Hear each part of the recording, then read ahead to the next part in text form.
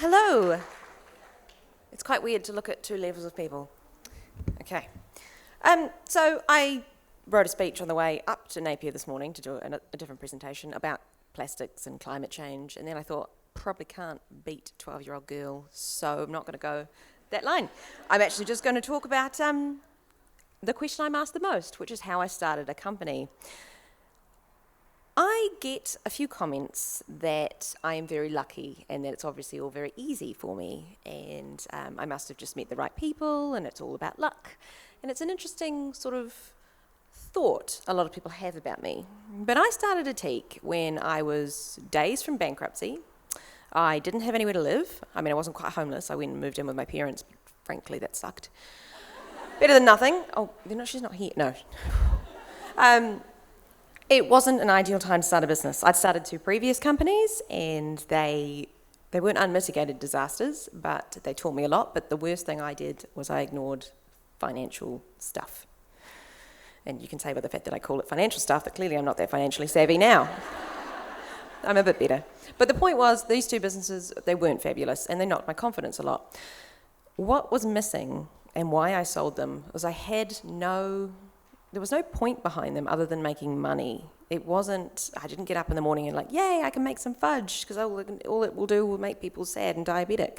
It wasn't a purpose that spoke to who I was as a person. I've always been obsessed with the environment. I've always been obsessed with science. I used to dissect birds dead birds. I didn't kill them, they were already dead.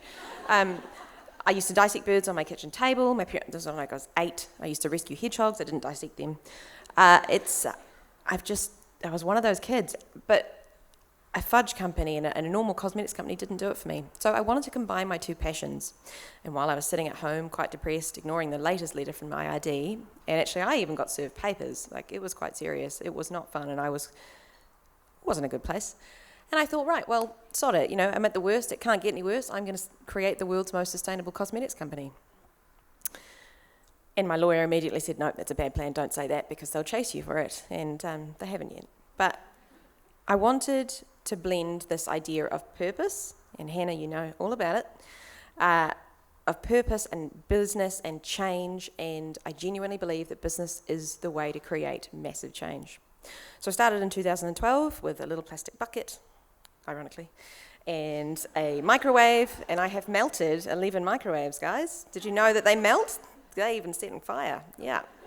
So over the course of my time, I've been quite a kitchen murderer. Anyway, and now we are in 14 countries. As you heard, we've saved 5.5 million plastic bottles, which the goal was 1 million when I started back in my sad little house. And it's been an amazing journey. But I wanted, I guess, to make the point that it seems like it's been very easy. And we get a lot of press because we have a great purpose, we have great impact, and beyond the 20% to charity and all the other things we try and do to operate as ethically as possible, we just have a good story, so people like to hear from us. But it has not been easy, and running a business is not easy, and it's lonely, and I constantly struggle with what they deem imposter syndrome, and I'm so not alone in this room, I'd imagine. And even though I'm, in theory, the head of a $100 million company that's exporting to all these countries and doing all these wonderful things, I feel like I've achieved nothing. And it sounds like false modesty, but it's not a very nice feeling. But I think it's really commonplace with women, particularly. I mean, men do suffer from imposter syndrome as well, but it's certainly a woman's problem. I don't want to say problem.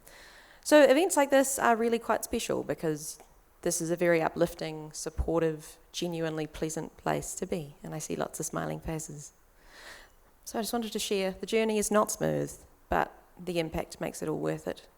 And we will save 6 million by the end of this year, so we've got to get us a wriggle on. Thank you.